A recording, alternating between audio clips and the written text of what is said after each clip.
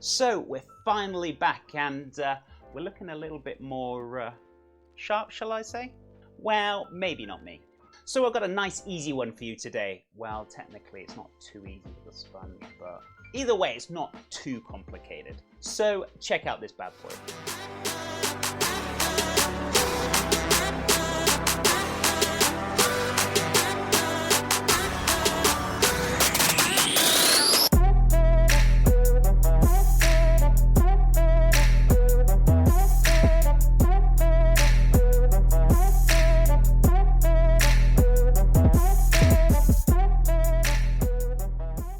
And if you haven't guessed it already, Boston cream pie.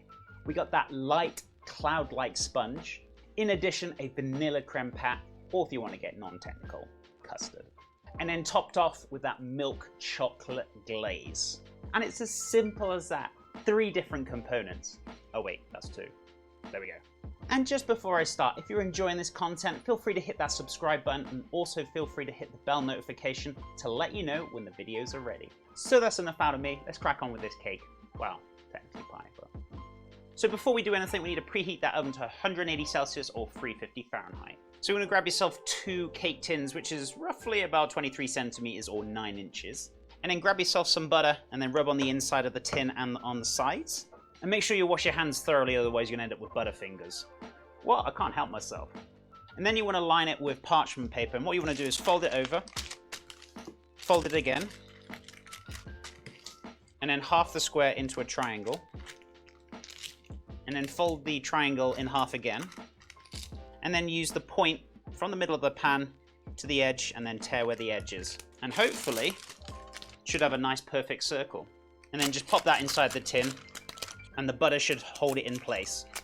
And if that was the last of your parchment paper and you just only realized, you could always flour this, or you could use the scraps of the parchment paper, whichever's easiest. So anyway, set these aside, and now it's time to start making that sponge.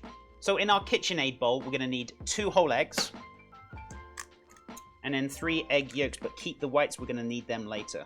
Then you want 1 teaspoon of vanilla extract, and then 100 grams or half a cup of sugar or caster sugar, and then set that aside. And then we want 50 grams or 1/4 cup of sugar or caster sugar, but don't mix the 2 together, just set them aside. Then you want to melt yourself 40 grams of unsalted butter or 1.4 ounces. And all that's left to weigh out is the dry ingredients. 50 grams or 1/3 cup of all-purpose flour or plain flour, sieved. In addition, 50 grams of cake flour, which is 1/4 cup.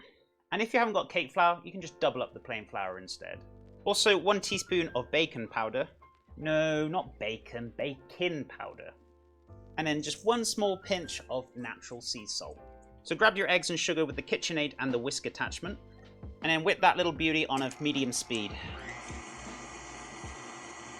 And you pretty much want to whip that up until it's nice, light and fluffy. And you can always push the speed up just a little smidge.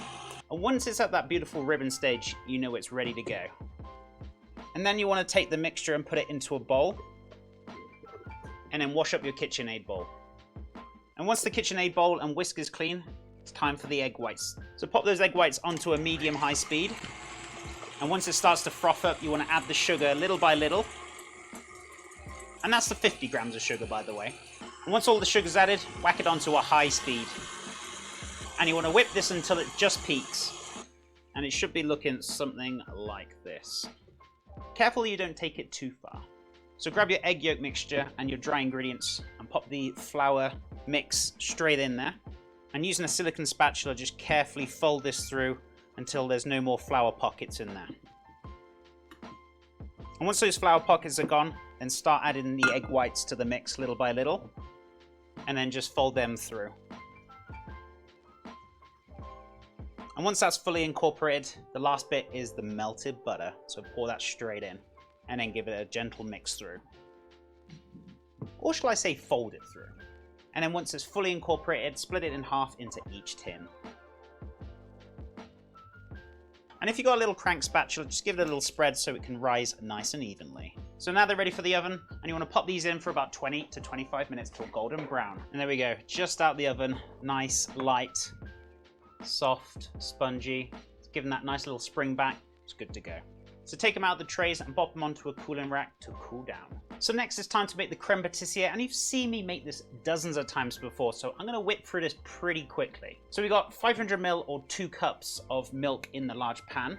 We're going to have 2 teaspoons of vanilla extract. And then we're going to take this onto the stove, bring it up to the boil, but careful it doesn't boil over. Then in a bowl, we're going to need 6 egg yolks. Then we want 90 grams of sugar or caster sugar, which is 7 tablespoons. 20 grams of plain flour or all-purpose flour, which is 4 teaspoons. And then 20 grams or 4 teaspoons of cornstarch. I'm pretty sure nobody noticed I got the plain flour and the cornstarch the wrong way around. But hey, they're the same measurements. And then grab yourself a whisk, and then whisk that together until it's nice and pasty. And once your milk has come up to the boil, add a small amount to the mixture and then give it a mix gently. Then add a little touch more, giving it a mix. And then once it's all loosened up, add the rest of it to the mixture. And then pour that mix back into the pan. And then take the pan over to the stove. And then put it onto a medium heat and then whisking this continuously just until it's thickened and cooked out those eggs. And once it has thickened up, leave it on the stove, whisking it for a further 2 more minutes just to remove that eggy taste from it and making sure the eggs are fully cooked. And then once that's ready, take that straight over to your work surface and then pour it onto a tray lined with parchment paper, or in my case I haven't got any parchment paper, so I'm using my slip mat. And then all you want to do is just spread it out a little bit just to help it cool down a lot quicker. And then to prevent it from sticking, we're going to put some more parchment paper, or in my case the silicone mat, over the top just to stop it forming a skin. And then you want to set that aside and let it chill right down. Now for that third element, that chocolate silky glaze. So we're going to need 150ml or 2/3 of a cup of heavy whipping cream or double cream, 20 grams of unsalted butter or 1.5 tablespoons. And then pop that onto the stove to come up to a simmer. And then you want 150 grams or 1 cup of good quality milk chocolate, and make sure it's chopped up into small pieces. And once the cream has come up to the simmer and the butter is melted, pour that straight over the chocolate and then mix that gently until the chocolate has all dissolved in. And once it's nice and glossy, you just want to set this aside to cool down. So while the chocolate's cooling down, we can come back to the Creme Pat and it should be nice and cool, ready for blending. And then you just want to fold it up ready to pop it into the blender. And I know what you're thinking right now. It's a custard omelette. And once you've got it into the container, make sure you use a spoon next time. But don't worry, my hands are clean. So grab your hand blender and blend this down until it's silky smooth. And once it's looking nice and shiny and glossy, take it out and pop it into a bowl. So now all 3 components are ready. Let's start assembling. So carefully take the parchment paper off the sponge. Careful not to rip it. And I think we're going to need something to put it on. And then you want to spoon the custard over the top.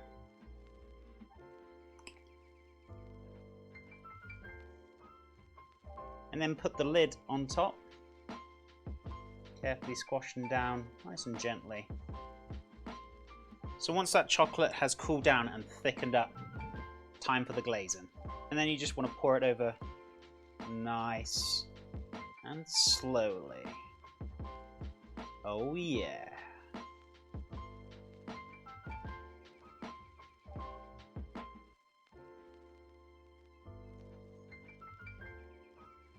And even if you get a few drips down the side, that's perfectly fine. Or if you want to help it along, then feel free to do so. And there we go. There is our Boston cream pie.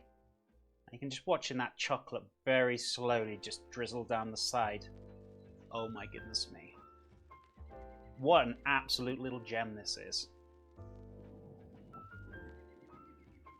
Now, as tempting as it is, and I'm trying to stop myself ever so much, I'm actually going to skip on the tasting. I've already tried this before, and oh my goodness me, it's a delight. But I'm trying to look after myself and get a little bit more fitter.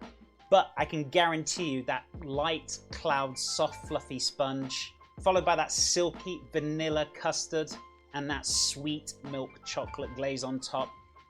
Oh my God, it's amazing. And that's all we got time for this week, folks. And I hope you're enjoying the high quality videos that we're going to be doing from now on. And if you want to try out this Boston cream pie, the list of ingredients will be below in the description box as per usual. Now, I know I haven't done many videos last month, but we will be skipping next week, unfortunately. as it's been 4 years me streaming on Twitch, and we're going to be doing something special over there. So if you want to come and stop by, we're going to be live from Monday to Friday next week, 10 a.m. Mountain Time as per usual. Link is in the description box below if you want to come and join us. And also don't forget to hit that subscribe button, and also feel free to give a like, dislike, and a comment. Always appreciated. So I'm going to get out of here, but until next time, stay safe, awesome, and amazing.